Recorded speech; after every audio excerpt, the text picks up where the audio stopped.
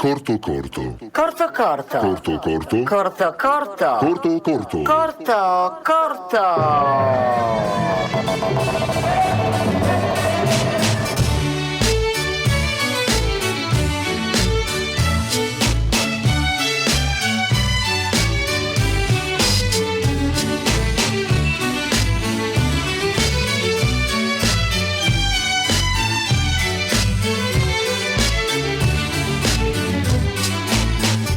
Salotto di Mao. Allora signore e signori, benvenuti al salotto. No, madonna, che accoglienza, non devo neanche usare la formula di rito, perché ormai qui al Policiotto col salotto siamo di casa, e già diciamo l'appuntamento numero 1, perché l'altro era l'appuntamento numero 0, diciamo. Direi che potrebbe essere la sigla ideale per invece adesso presentarvi il prossimo ospite. Stiamo parlando di uno scrittore, di un paroliere, signore e signori. Ma dove è finito? È andata via adesso. Come vedete è proprio una persona che conosce i tempi dello spettacolo, perché lui adesso, diciamo, dovendo essere appunto presentatore, faccio un colpo di scena, cioè il presentatore vi presenta e io non arrivo, che è una cosa che potrebbero fare, diciamo, soltanto i grandi, diciamo, Macario, Fellini, che so. Però adesso io direi che se lo accogliamo con un applauso lui potrebbe arrivare il nostro Luca Ragagnin. Guarda che entrata che fate, guarda che entrata eccezionale che fate. Mamma mia. Prego, accomodati Luca. Allora, grazie, scusate il ritardo. ma figurati. Allora, faccio una premessa intanto, fate io.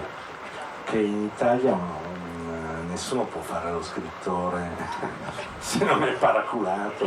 Questa è una premessa quasi marxista che tu metti giù. No, ma sai, è una verità, cioè in realtà è un non mestiere. Scrivere libri, cioè produrre qualche cosa che generalmente non è richiesto dal pubblico è un lusso, per cui io rientro nella categoria dei paraculati. Poi per il resto devo dire sì, da bambino quando è iniziata? Con Salgari, con Giulio Verne, si diceva Giulio Verne, non Jules Verne, e non lo sapevo, nessuno può saperlo. Sapevo che quei libri lì da bambino mi davano un surplus di fantasia. Mia madre era una professoressa di lettere, io sono cresciuto con lei, a 4 anni sapevo leggere e scrivere, perché lei aveva fatto in modo, non vorrei essere troppo sull'essere paraculati, ma anche questo è una paraculata, e per cui insomma ho iniziato molto presto. Se devo fare una seduta psicanalitica posso dire che ero un bambino timido, andavo all'oratorio, non mi integravo benissimo, e quindi i libri e le storie, le avventure eccetera eccetera erano molto positive per me, mi davano energie diverse. Quindi, sì, prima ancora mi piaceva la poesia da ragazzino, e la poesia è la palestra migliore per prendere confidenza con i suoni, con le assonanze, con le rime, con i ritmi. Quella cosa lì poi trasportata nella scena musicale torinese in cui io in qualche modo ero coinvolto, mi ha aiutato moltissimo, e quindi ho trasferito quel senso di musicalità nella forma canzone, che è una cosa completamente diversa, molto più chiusa, molto recintata, con un sacco di obbligazioni metriche, ma anche proprio di lemmi eccetera, e mi è piaciuto molto, e quindi grazie ad alcune conoscenze, alcune amicizie della mia infanzia, che a loro volta erano cresciute nella zona musicale, tu sai a chi mi riferisco, E quindi così è andata, è stato un po' casuale. Di Subsonica tu hai collaborato alla stesura dei testi, se non sbaglio. No, non tutti, ho saltato 8. Vabbè, hai saltato uno, non 8. Ne ho saltati 2, ho saltato 8 e quell'altro che però di su strumentale. Io sono cresciuto da bambino in un oratorio qua a Torino con persone che poi sono diventate dei musicisti professionisti, ricordo Zorro Silvestri dei Fratelli Soledad. Certo. In quell'oratorio lì c'era Lux che fece il gruppo più dark di Torino, si chiamavano The Fear, eccetera, e c'era Massimiliano Casacci, e noi siamo diventati molto amici e poi le cose sono andate avanti e lui ha fatto la sua strada, io provavo a fare la mia pubblicando piccoli racconti in riviste molto di nicchia, nemmeno torinesi tra l'altro, eccetera eccetera, però alla fine ci siamo di nuovo incontrati quando lui ha terminato la sua vicenda musicale con gli Africa United, che erano ancora United, non United, e si chiuse in studio la sua registrazione per fare il produttore, e poi arrivi tu, no? Ci va una sintonia, noi eravamo grosso modo, non proprio coetanei, ma a me è capitato anche molto dopo, con persone molto più giovani. Riuscire a entrare nel desiderio comunicativo, parliamo di canzoni, di parole per le canzoni, di un gruppo, di un solista che ha una vicenda biografica completamente differente dalla tua. Ma io mi sono trovato molto bene, avevo di mio la palestra, come dicevo, della poesia, che è quella che ti dà un po' la misura, la temperatura delle sonorità, non è soltanto questione di rime o di metrica, ma è proprio di aperture vocali, poi tu lo sai bene, insomma. So bene, L'ho capito un po'. Il testo italiano non è il testo inglese, no? Qua parole tronche ce ne sono poche, ci sono degli obblighi vocali di aperture A o chiusure O, U, no? E ti trovi davanti un artista che dice guarda, qua vorrei dire questa cosa qua, però il suono chiude e i no, e le sillabe sono qua, 5, 6, no? Che è come insomma è come autoimpiccarsi, no? È bellissimo però, perché comunque è un esercizio, è un esercizio notevole. Tu dici ok, vabbè, la prima cosa che ti viene è dire ma vattene a fanculo tu, la tua musica, le tue vocali aperte e chiuse, le tue sillabe, poi però dici no, un attimo, no, vediamo un po', allora cosa posso fare? Questo lo posso fare? No, quest'altro posso allungare? No, posso aprire? No, perché è chiuso, eccetera, ok, va bene, e cerchi lì dentro, e questa cosa qua, il mio amore per la poesia, per il suono, per l'oralità della scrittura, non solo poetica ma anche prosastica, perché comunque se tu leggi all'alta voce alcuni autori, anche in traduzione, Rabelais, Thomas Bernhard, dico, quella musica lì la capisci, no? La devi sentirla nello sterno, e la dice ad alta voce proprio per sentire quel ritmo lì o quell'asfissia lì, eccetera.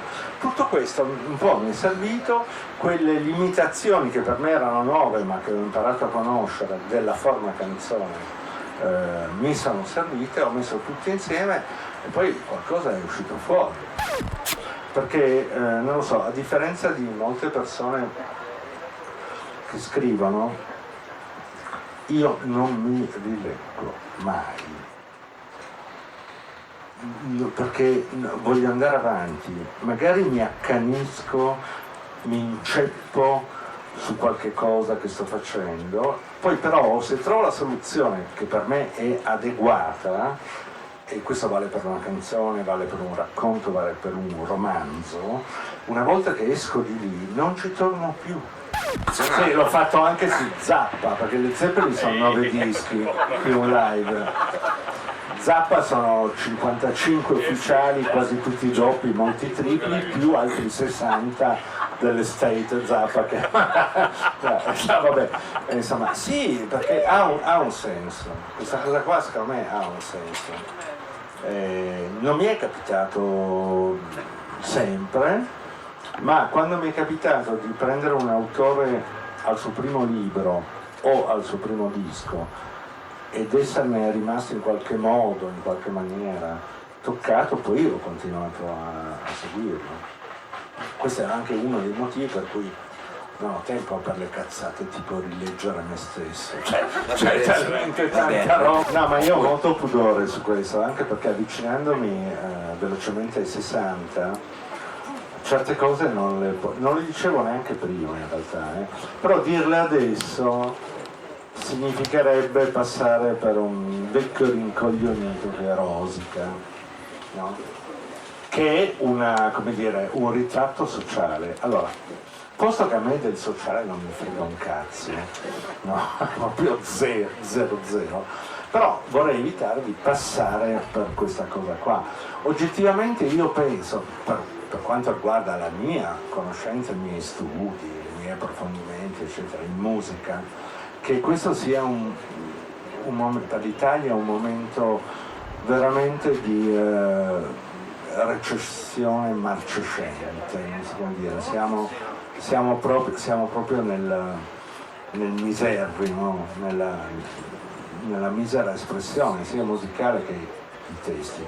Poi capisco anche che dei testi non frega più niente a nessuno, perché è un mondo questo anche di fruizione artistica, musicale, in cui i testi non contano niente, perché ascoltare un testo significa soffermarsi, elaborarlo, eccetera. E questo mondo qua, di queste nuove generazioni, non ha questa urgenza. Tutto quello che ferma il tempo è roba vecchia che fa male, bisogna andare velocissimi. Allora io dico, e con te mi sono detto quando mi hai invitato dopo 25, quasi 30 anni a una nuova collaborazione. E allora c'è un modo di in qualche modo coniugare il pop, il popolare, il musicale in un modo diverso, si può fare questa cosa qua, essere leggeri in un certo senso, e però con la tasca, con i sassi dentro che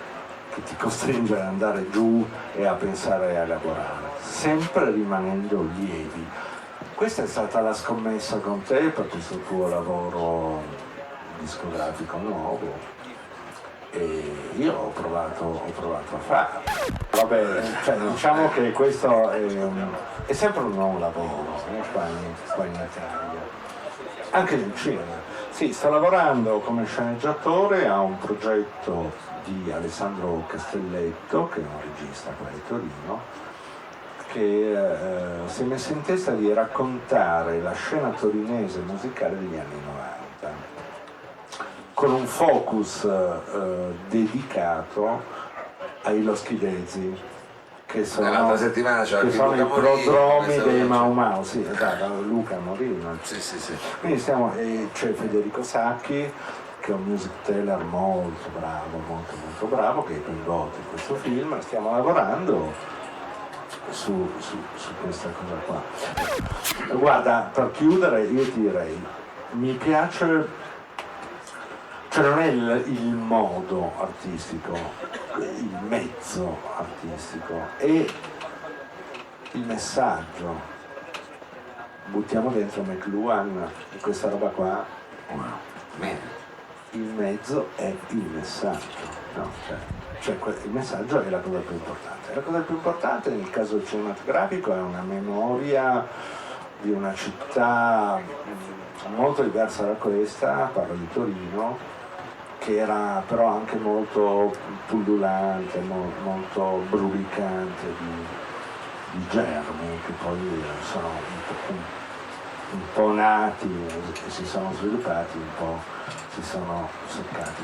E dall'altro lato è il fatto che la memoria, per quanto mi riguarda, e non parlo solo di canzoni, ma parlo anche dei miei libri, è l'unico motore che mi muove. Cioè il fatto che comunque, beh sì, non è allegrissimo, è poi molto poco estivo, però diciamo che il concetto di caducità, dimenticanza, dissoluzione, questi concetti li ho piantati in testa come tre chiodi, sempre, li ho da tanti anni e a maggior ragione adesso ne invecchio, e per cui lavorare contro il tempo è quello che io desidero fare. Anche il motivo per cui non faccio più vita sociale, perché la vita sociale, pubblica, mondana, non lavora contro il tempo, ma, come dire, fa un pompino al tempo presente.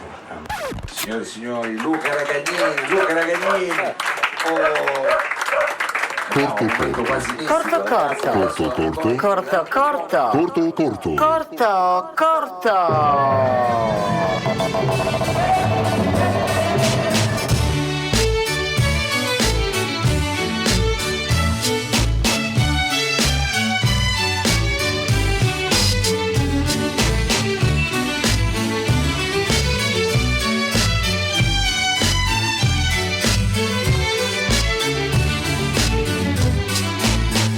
Il salotto di Mao.